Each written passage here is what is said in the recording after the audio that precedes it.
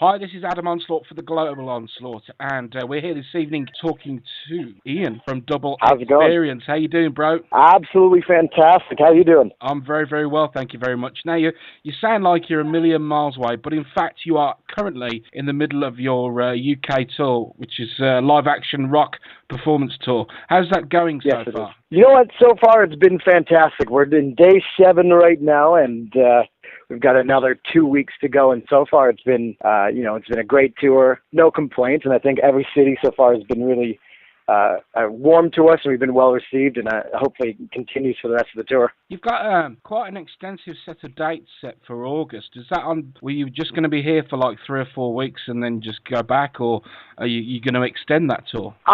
We were here a couple weeks before the tour actually started, just to adjust to the time zone and kind of catch up with all of the friends that we've made here over the last couple previous tours. So we're not going to actually be able to extend it, but we've made sure that we had enough time beforehand to kind of do everything that we wanted to do. Well, yeah, exactly. And this, of course, is your 3rd time now in the UK. Yeah. And you've only been here around as a band since 2011. What is the allure of the United Kingdom for you guys? I think there's so many things that kind of draw us here. One, I think it's an entirely different world. Everything here is so much more social than back home, and for us, that's something that we, working in the entertainment industry, working in an industry that is involved in music venues and pubs and bars all night long. It's something that it feels different to be here than it does back home, and so it's a much nicer experience for us. And I think for us, it's foreign enough in the sense of, everyone has a funny accent, and it kind of works for what we want to do. And it's, to be fair, it's a lot nicer than going to the States. I think everything's a lot closer here, which makes the drive shorter and allows us to kind of explore more of what the UK's got to offer. And of course, this particular tour is important for you guys because you've just released your album on the 1st of August, which is titled 721835. Would you just explain to us where you came up with that title? Sure.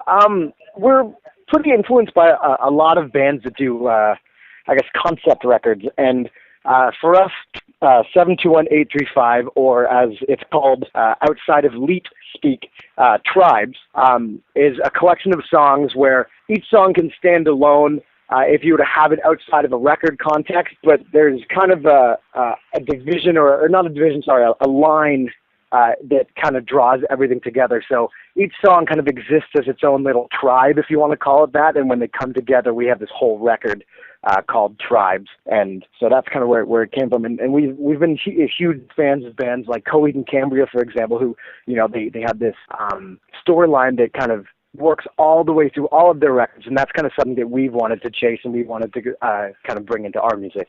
With the album itself, are there any plans for you guys to kind of take that anywhere else other than the UK? Are you planning a tour for when you get home? Yeah, the rough plan is to hit the road again in Canada, hopefully by the end of October, and then tour on that. We'll probably do an East Coast tour of Canada in October, while the weather's still nice just before the snow hits.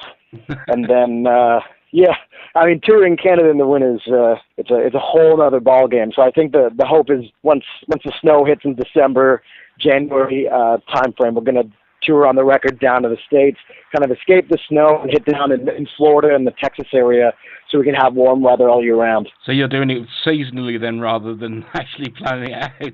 It looks like you're going where the warm weather finds you. Yeah, well, I mean, for us, playing music is such a huge part of the job, and also we get to travel and we get to see the world.